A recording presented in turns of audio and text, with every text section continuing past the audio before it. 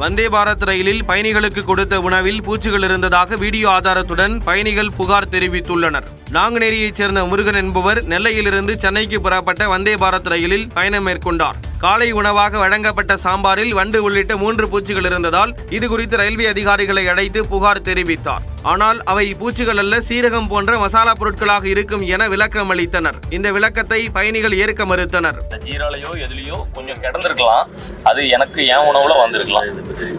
இப்போ ஓகே தானே சார்? அதனாலதான் நான் அதை குக்கரை எடுத்து போட்டேன். இதே மாதிரி 3 எண்ணம் இருந்துச்சு சார். வந்தே பாரத் ரயில் சேவை நன்றாக இருக்கும்போது உணவின் தரம் அச்சத்தை ஏற்படுத்துவதாக பாதிக்கப்பட்ட பயணி தெரிவித்தார். ஃபுட் ஆஃபீஸர்ஸ் எல்லாரும் வந்து பார்த்துட்டு ஜீரகனாங்கன்னா இல்லை இது வண்டு தான் சொல்லி நிரூபணம் பண்ணி காட்டினதுக்கப்புறம் ஒத்துக்கிட்டாங்க. அதை எங்களுக்கு காம்ப்ரமைஸ் பண்ண ஒரு 10 பேர் கிட்ட வந்தாங்க. அது நாங்கள் அதெல்லாம் இல்லை அப்படின்னு சொல்லிட்டு உறுதி பண்ணதுக்கப்புறம் போயிட்டாங்க. ஒரு 200 ரூபா மட்டும் ஃபுட் ஃபேர் இது கண்டுபிடிக்காங்க. தரமான உணவுகளை ஒப்பந்ததாரர்கள் வழங்குவதை ரயில்வே நிர்வாகம் உறுதிப்படுத்த வேண்டும் என்றும் பயணிகள் வலியுறுத்தினர்.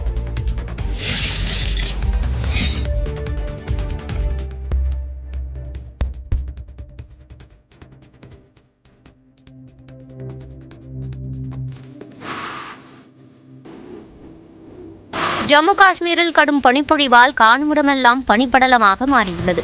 குப்வாரா மாவட்டத்தில் உள்ள மச்சில் செக்டரின் இயற்கை எழில் கொஞ்சும் பகுதி பனிப்போர்வையால் போர்த்தப்பட்டது போல் அழகாக காட்சியளிக்கின்றன.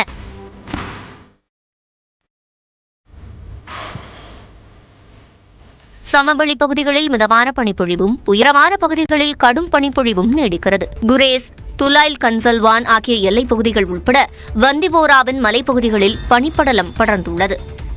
கடும் பனிப்பொழிவால் எங்கும் பனிமயமாக காட்சியளிப்பது கண்களுக்கும் மனதுக்கும் இனிமையாக இருந்தாலும் உள்ளூர் மக்களின் இயல்பு வாழ்க்கை பாதிக்கப்பட்டுள்ளது.